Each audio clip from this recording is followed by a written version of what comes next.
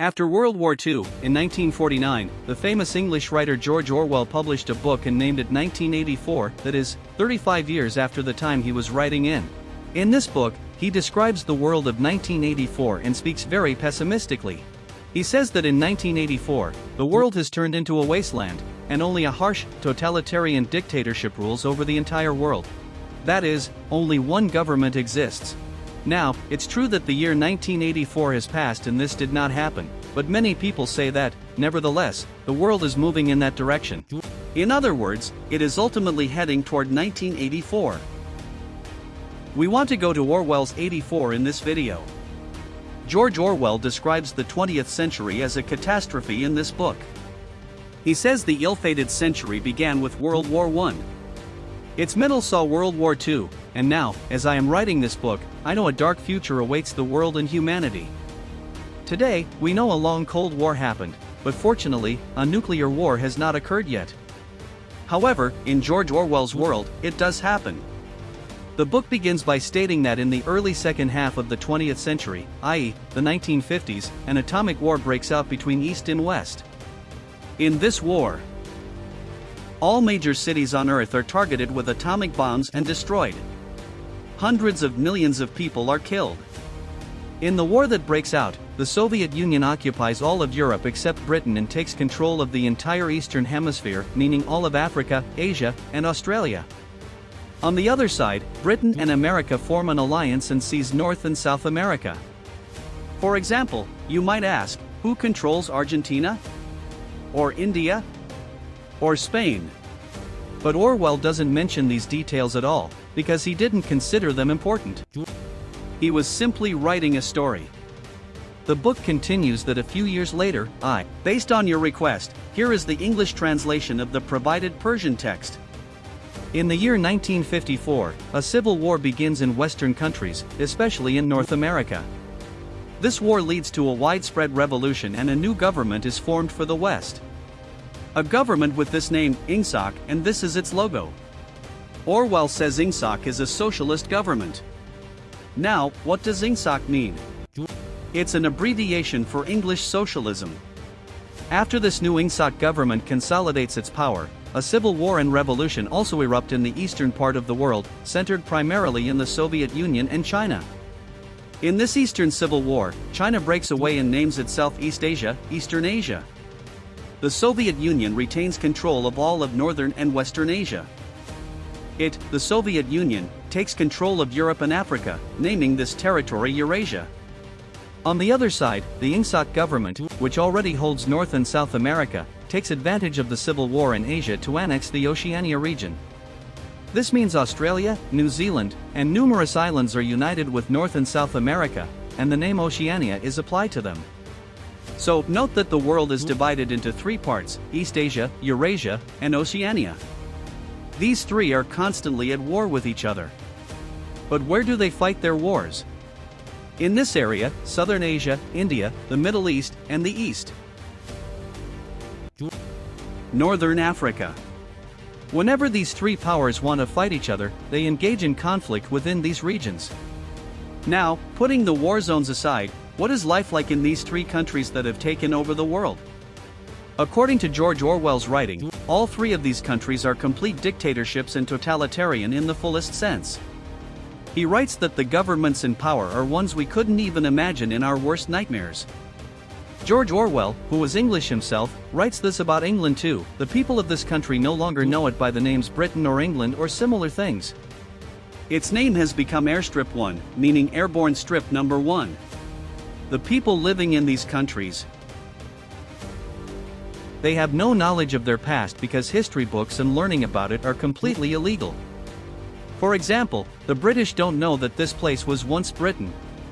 Some information was passed down by word of mouth, but it wasn't enough. People thought it was a myth. The new world is at war with information. It doesn't allow people to be aware of free information. It continues to the point where access to information in history is so restricted that the people of Britain truly forget that this was once Britain. In Western countries where the government is in the hands of INGSOC, who's in charge now? President? King? What? nothing, these titles have become completely obsolete. The core of Ingsoc is a person they call Big Brother. You might say this is just someone who wrote a book and that's it, but many believe these events will happen. It's true that according to George Orwell's prediction, it didn't happen in 1984, but sooner or later, it will happen. In the world of that day, the concept of a government doesn't exist, everything must be in the hands of Ingsoc. Anyone who tries to resist this is doomed to annihilation and they will destroy them. In this country, Oceania, whose government is Ingsoc, there are 3 classes. The top, inner class consists of 2 people who are essentially Big Brother's collaborators. The second class is the 13, and is composed of those who are educated and wealthy. But the remaining 85% are all, in a way, ignorant. It's true they might be literate, but they are unenlightened and ignorant because no information has been conveyed to them. In the INGSOC government, there are 4 ministries. The first is the Ministry of Peace, whose name is a lie because whenever war happens, this ministry's work thrives. The second ministry is called the Ministry of Love, which is essentially a terrifying ministry of information. Anyone who ends up there is finished. This is also the ministry that prevents information from reaching the people. The third ministry is the Ministry of Truth, or Mini-True, which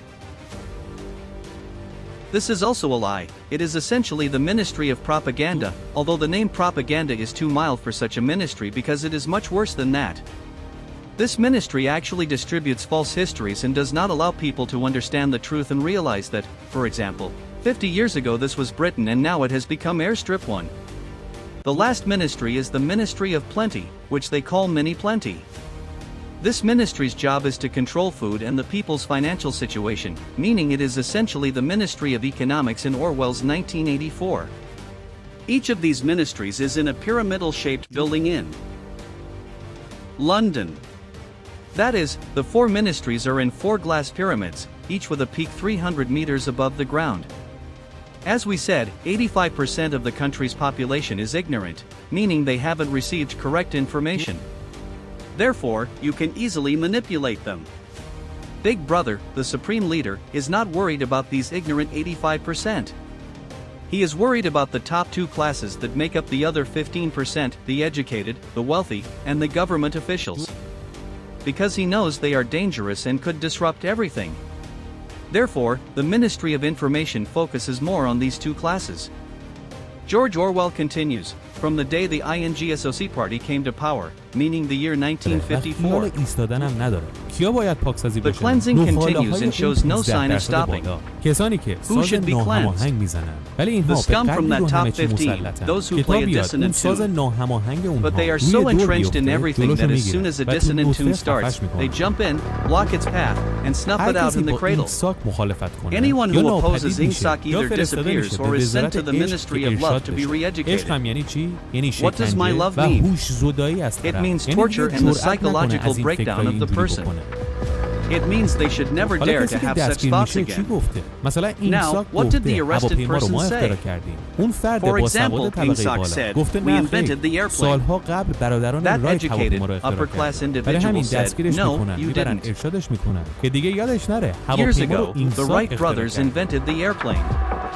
So they arrest them, take them away, and re-educate them so they don't forget that Ingsoc invented the airplane. Ingsoc's government schools only teach the party's false propaganda and raise children to worship their country's government. Many of these children would go home and see their parents speaking against it.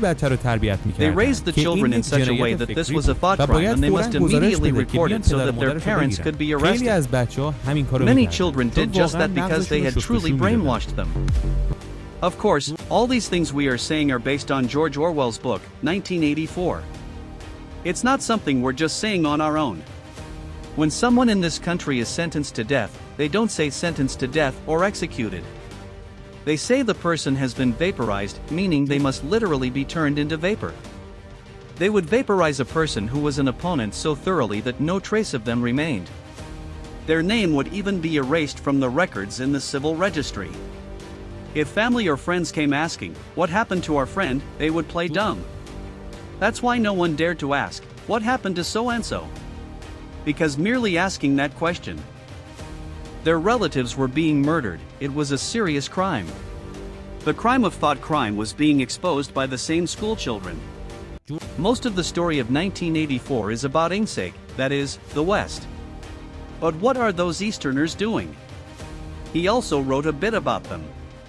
He says that these three countries that have taken over the world, all three of them are equally powerful, have equal technologies, all three of them, namely Oceania, Eurasia and East Asia, have nuclear weapons, and in this respect they are equal to each other. The wars of these three, which are continuing in the same North and East Africa and West Asia, are located in the neutral zone of the world. That means they don't attack their own cities, but as usual they chose Africa and the Middle East to hit their cannons and tanks on them. Since all three are nuclear, none of these three directly attack each other because they know that their power will be jeopardized because they are all nuclear. So now we have almost summarized the book. But what conclusion can be drawn from this book? When you read the end of this book, you will realize that the same upper-class people, the rich and educated, have no choice but to become slaves to their government, and in fact, the world's population is enslaved to three governments. The book ends like this: it's like it's been continued in some way. It's written about this book that George Orwell meant how valuable and important information is. When real information is blocked or misled with misleading information, the people of the world are doomed to perish, and all but one special person must become slaves. That is, George Orwell is describing that in a country like this where information is blocked and only lies are spread, the majority of the people become idiots, which is what these three governments love because the people never protest against slavery. There are some who say that our world is heading towards the book 1984, but many say that it is not like that. This book by George Orwell was a warning, not a prediction. That is, he is warning. If information is withheld, a dark world awaits us.